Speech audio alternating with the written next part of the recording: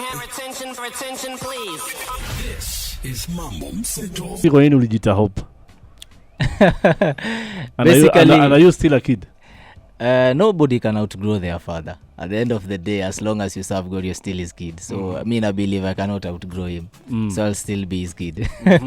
Yeah. So Hope, kwa nini ulijita Hopekid? Hopekid is a name I was given a few years back. Nilipatiwa na bishop fulani hapa St. Andrews. Alipata nikiongea na watoto fulani kuhusu the message of the disciple. And then when he went back to the office, akatumana niitwe. But mwenye alituma aite, alimwambia ndo ite Hopekid. So akuja akaita Hopekid, sinamwambia pa kuna Hopekid. Then when she went back, akamwambia ule kijana alikuwa anazungumza na watoto wengine ndo Hopekid. Then all my friends started calling me Hopekid. So why did he choose that name? Were you talking about hope? I think in his wise age aliona Hopekid is giving hope. Ama this kid was giving hope to his other friends. So akatumana niitie Hopekid. So mimi naitwa. What's the name of the bishop, right? Alikuwa Bishop St. Andrews way back nikiwa primary hata. Oh, ni kitambo. Okay. Suppose ungekuwa hauiti Hopekid ungeitwa? The General. I think that name has been with me from way back. Why the General? Because I've always wanted to be a pioneer. And when God alinipatia hiyo anointing ama alinipatia hiyo gift ya light the path in something I do which is called New School Dancehall. Aliniambia now from this point henceforth this is what they will call you. And then the industry adapted the name towards the fun. That's when I did the song The General actually. All right. Yeah. Salvation. The day uliamua kuokoka ilikuwa when? How long ago was that? Sisi ni wale tunaokokanga, sijui mnakumbuka zile maombi za mkiombewa pale class 8 ndio mpase exam. Tulikuwa tunasimama hapo tunaita Yesu kabisa, tunasema tunakutaka leo nini ndio mpase exam. We had that mentality. So that time is when I gave my life to Christ. Ilikuwa jokingly but it became serious. Yeah. Serious in how did you make it serious? I made it by serious. Practice? I made it serious by one, practice and living it. Yeah. Okay. It's been I'm sure it's been so many years katika salvation. Yeah. Na salvation ni safari ambayo kila mmoja anaishi. Kweli. What experience moja ambayo ni challenging ambayo umekutana nayo ni? Niseme vile kama ni sugarcoat. Katika salvation what I can say is and I think the last time I was here nilikwambia ama nilisema one part of saying you are a Christian is being real. And me being real, I've encountered a lot of things. You understand? Some that are not pleasing to the church.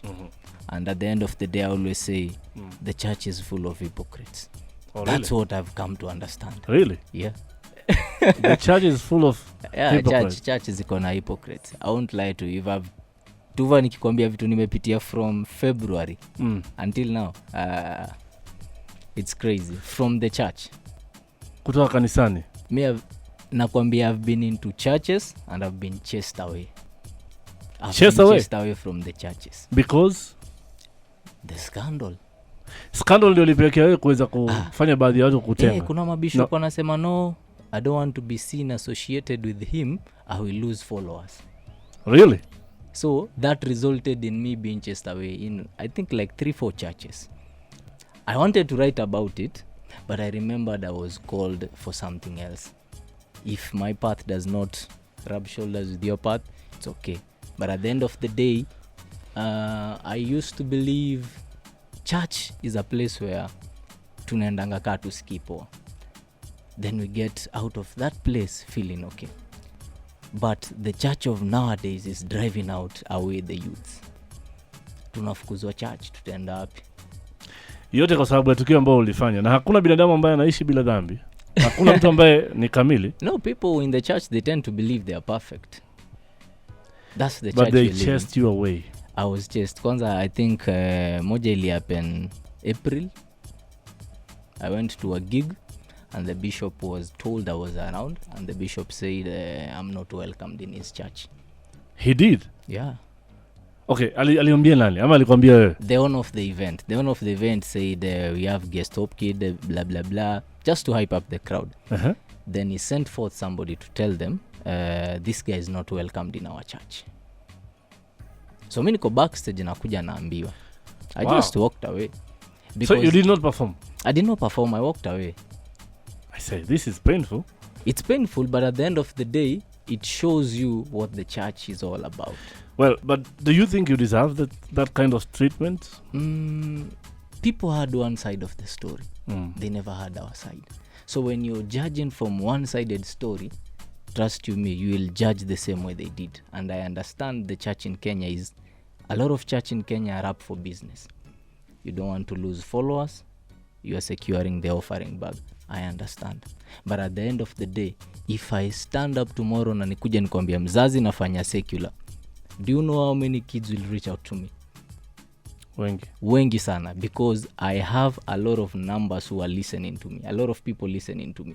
So any decision I make is not based on my own selfish desires. I tend to look at them. Whether the church throws stones at me, I don't care. I'm called for the people, not for the church. Which church do you go to?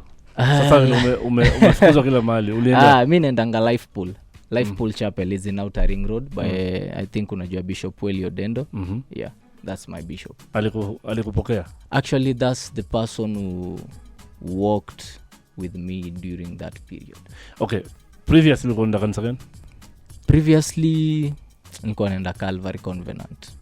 Yeah. Mbona is that one of the places ambao utakiwi tena? No, when I relocated, nilibadilisha kanisa. Did you try to go back to Calvary? I haven't been there. Okay. So issue ambayo tunataka kuzungumza na kuweza kujua, umesema kwamba watu walikujaji kwa sababu walisikia one side of the story, not your side of the story. Yeah. And your side of the story ndio ile ambayo tunataka kujua, na wengi wangependa kujua, at least to set the record straight kabla hujaanza mwamko mpya, mwanzo mpya. Kwako mwaka huu uende ukawa mpya kulingana na kile ambacho tutakisema. Yeah.